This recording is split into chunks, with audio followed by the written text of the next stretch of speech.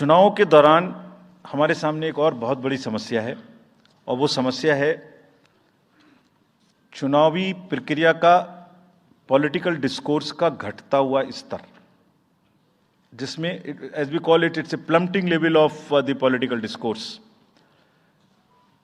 अगर हमने सब पॉलिटिकल पार्टीज को बहुत स्ट्रांग एडवाइजरी इशू की हैं, आप पूछेंगे कि एडवाइजरी तो दी, उसके बाद एक्शन क्या होगा, उसका भी जवाब मैं आपको दूंगा। एडवाइजरी इशू की हैं जो भी पिछले 11-12 इलेक्शंस में, एक्चुअली जो पिछले 5 साल में जितने भी एमसीसी के वायलेशंस होते रहे उसको हमने इकट्ठा करके एक फाइनल एडवाइजरी दी है before the 24। So this is how we have set our grounds and what we have done in that, we have set, we are putting political parties on notice. Means we have asked political parties to give copy of our guidelines to each star campaigner.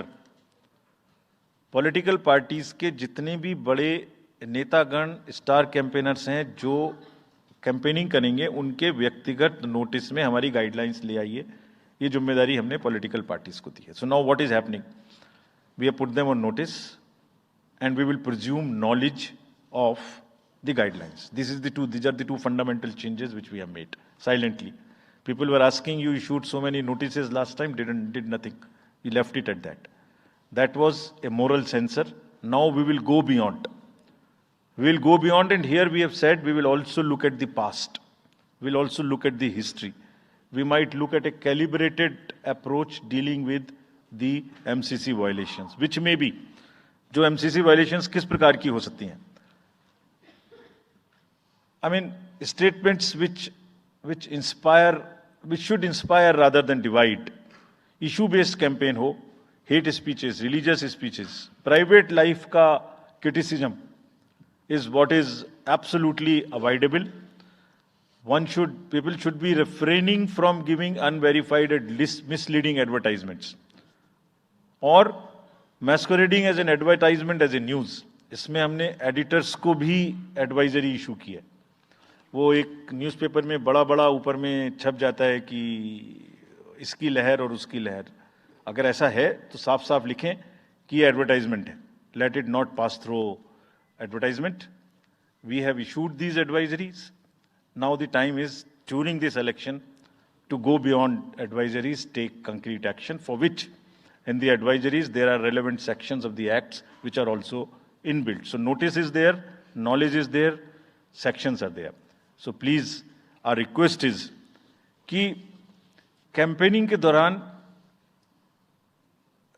please don't try to cross the red line. ये वैसे भी इसलिए जरूरी है that in this digital world जो भी एक बार मुंह से निकलता है उसका रिकॉर्ड तो 100 साल तक के लिए पैदा हो गया, वो बार बार चलता रहता है।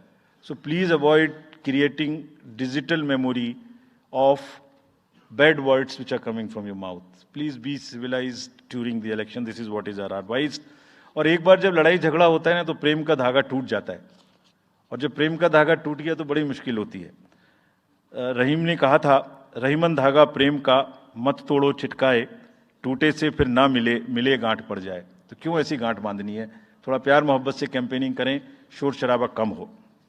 फ्रेंड्स, पॉलिटिकल पार्टीज को और भी बहुत सारी स्ट्रीमलाइन करने के लिए उनकी एक्टिविटीज को हमने कदम उठाए हैं। ये मैं पिक्चर आपको इसलिए दिखा रहा हूं कि हर फील्ड के अंदर में we are ready that how we would control this. क्या किया है? Around 537 registered unrecognised political parties have been taken out of the political space. वो क्या करती थी?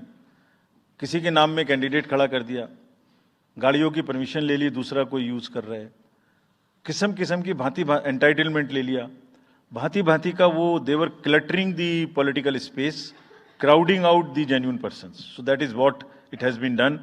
सारी फाइनेंशियल जितने भी अकाउंट्स हैं पॉलिटिकल पार्टीज के और जितनी भी कंट्रीब्यूशन रिपोर्ट्स हैं वो सब डिजिटाइज्ड फॉर्म में हमारे पास आएंगी, ऐसा हमने उनको कहा। डायरेक्शंस दे दिए, इट हैज स्टार्टेड कमिंग।